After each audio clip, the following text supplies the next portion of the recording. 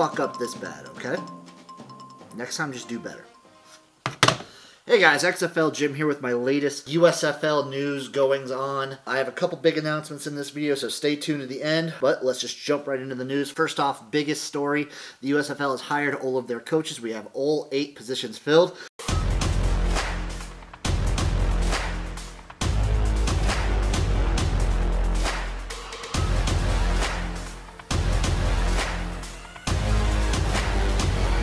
Let me just go through them all. I'm going to give you my opinions on each one. Starting off, we have Kevin Sumlin for the Houston Gamblers. I'm a little iffy. If you watch the Jimnasium, I ranked him near the bottom. It's mainly just because I'm not exactly sure how motivated he's going to be.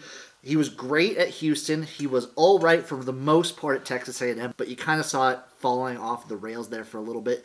And then at Arizona, he just seemed unmotivated, like he was just there to cash a check, and I'm hoping he's not here to do that. I'm a little worried about that aspect of him. Next, we have Skip Holt, who I also have near the bottom just because his time in college football was pretty unremarkable, and I think he's just riding off of his dad's coattails. I do have him ranked a little bit higher than Sumlin, just based solely off the fact that I think, based on his press conference, he's excited to be here. He wants the USFL to succeed, obviously. And that could also be, I talked with Chase about this, that could be because they hired him and he has a job. So maybe that's the reason he's excited. Skip Holtz, maybe it's the press conference talking that he did in Birmingham. He seems, out of most of the coaches, the most excited to be a part of this. Yeah, because, I mean, it's nice to be employed again. That's true. That's true. But I'm going to go with his enthusiasticness. I'm going to give that as a benefit and a boon to him. Next up, we have Todd Haley. And I have these next 3 kind of all in the same category, but we have Todd Haley, Kirby Wilson, and Larry Fedora sort of in this tier.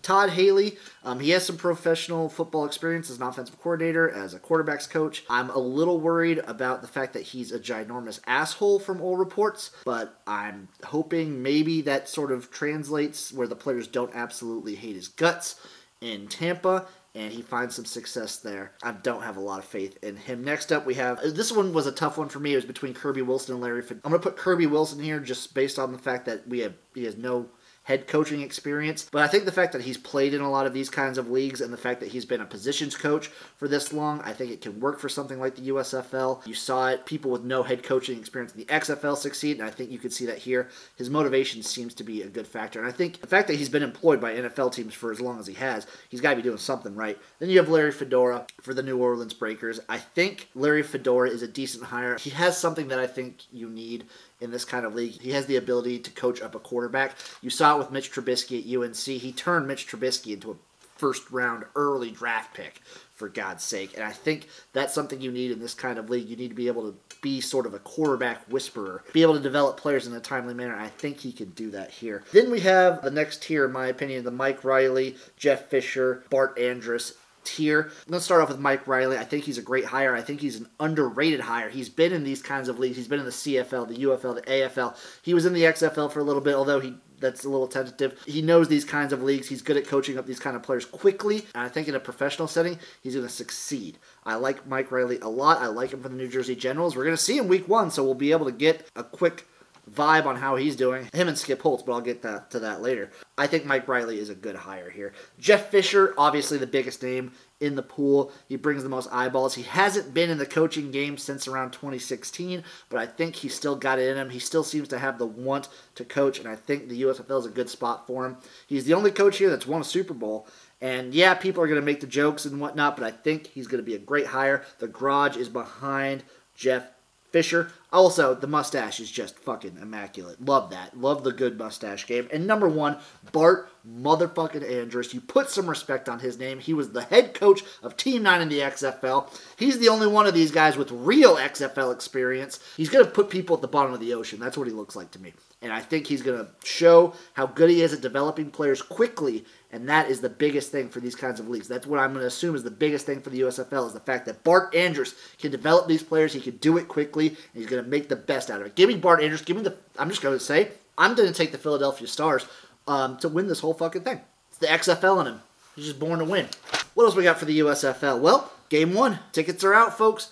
It's going to be the New Jersey Generals versus the Birmingham Stallions. I'm going to be at that game. Your boy is going to be there.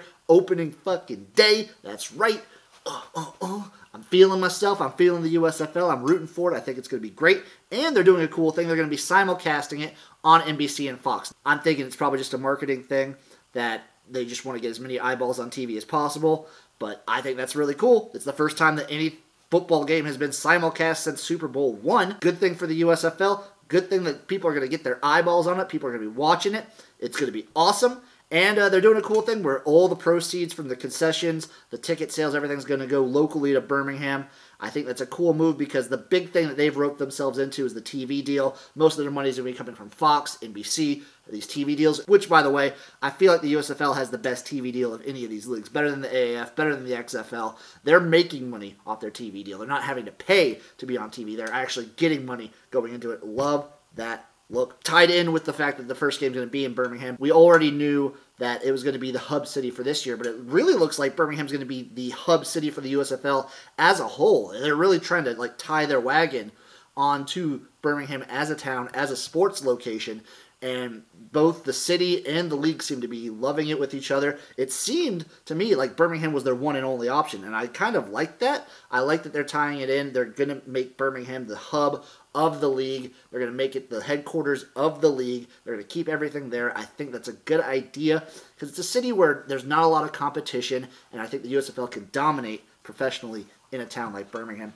Also, we have the draft coming up for the USFL, late February, 22nd and 23rd. They have about 3,000 players that they're going to choose from. They've alluded that there's going to be 5 to 7 players per team that are names everyone should know, which I think is a big thing for the league. You can't just have alternative football league like the USFL with players that only the diehard fans know. You need the names that stand out to bring eyeballs that people want to watch, want this league to succeed, want those players to succeed.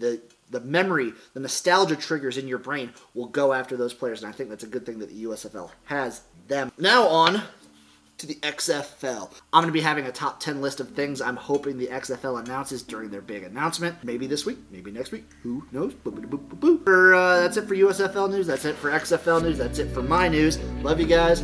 Peace out. Stay garage certified. You got the stuff? Okay.